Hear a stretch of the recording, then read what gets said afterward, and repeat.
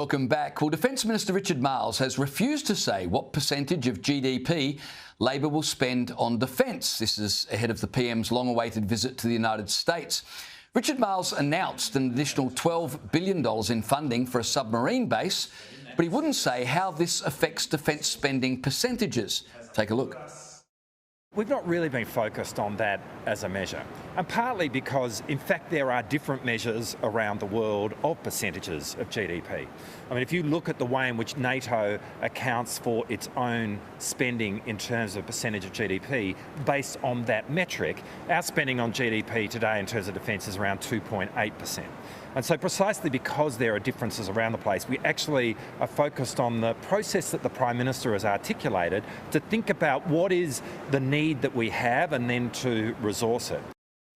OK, so that clears that up. The irony is it was actually the Albanese government itself which introduced the GDP measure in last year's National Defence Strategy, promising a jump in investment by 2033. This has certainly raised some eyebrows among critics today. The French submarines, the Japanese ones, we've got something going with the UK. We've got a lot of waste and people want to know where their money... People don't mind spending money on defence for the nation. What they care about is that it's being wasted and there is too much waste. Joining me now is foreign editor at The Australian, Greg Sheridan. Greg, what is going on with Richard Marles' refusal to talk about GDP as it relates to defence spending? What happened to transparent government? Well, James, there's never been anything transparent about this government and defence. Firstly, Richard Marles says the government doesn't think about defence as a percent of GDP. Every defence document is absolutely riddled with defence as a percent of GDP.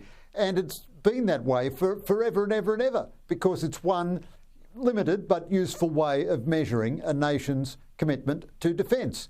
And what he doesn't want to admit is that defence spending was 2% of GDP when Albanese was elected, which I think indicates gross dereliction on the part of the previous coalition government. And after 3.5 years of the worst strategic circumstances since World War II, according to the government, it's still 2% of GDP.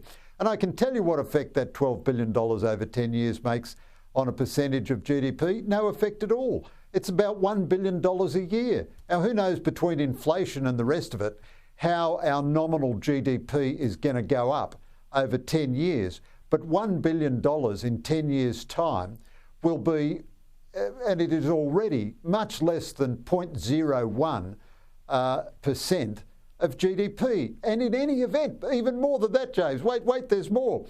It's all flim-flam anyway, because what they announced they're going to spend it on, the Henderson Defence Precinct, they won't even finish the planning and scoping process for that until 2027. So this allegedly new money probably won't start going out the door until 2028. And that's if everything goes well. So the deep, tremendous, straining urgency of this government to get things done means that sometime in its third term, it may actually begin to spend this notional $12 billion, which it, can announce without having to actually do anything about it. It'll be interesting to see if it even appears in the forward estimates. Indeed. All right, I want to move on to Europe. Romania has confirmed a Russian drone has breached its airspace. This comes after Poland last week reported 20 Russian drones crossed their border, some of which were shot down by NATO warplanes. Romanian pilots were given permission to shoot the drone down but decided not to, and it eventually crossed into Ukraine. But I wanted to ask you, Greg, this is the second NATO country in a week where Russian drones have incurred.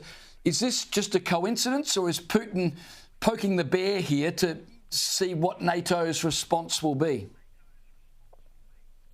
Well, James, one reflection back to our first topic. This demonstrates the utter irresponsibility, I write about this at length tomorrow, of us not having our own defence capabilities. I believe we can rely on the Americans, but the absolute irresponsibility, the abdication of basic duties of government in not having our own serious defence capability, I think this move by Russia into Romania is very sinister indeed, and it's not a word I normally use.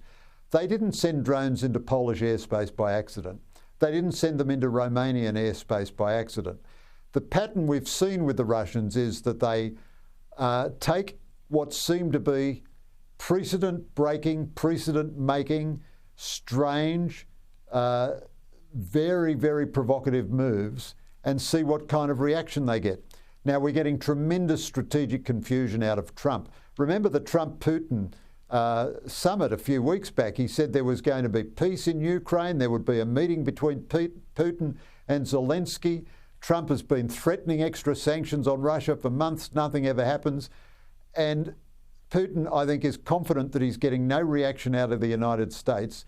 The Europeans are better than we are on defence, but they're not that good, and they are scrambling to know what this means by Putin. Is he getting ready for some new provocation? Is he playing with their heads? I can't pretend that I know what Putin is doing, but I'd be very confident that it's deliberate, not accidental. Greg, we've only got a couple of minutes before we need to go to a break, but I really wanted to ask you about Australia's decision to spend billions of dollars on new weapons and military equipment for Papua New Guinea as part of a treaty with our countries working together. Just two questions. Is this a good idea for Australia? And are we right to be spending billions equipping the PNG military when, as you've already pointed out, our own is underfunded? Well, James, you'd want to have a good look at what we've really promised. If we're as good with the PNG promises as we are with our own promises, it'll be kind of 100 years of solitude before they see a dollar of it. But Papua New Guinea is immensely important to us, immensely important. The Melanesian world has maybe 10 million people or more in it now, and we pay it very little attention.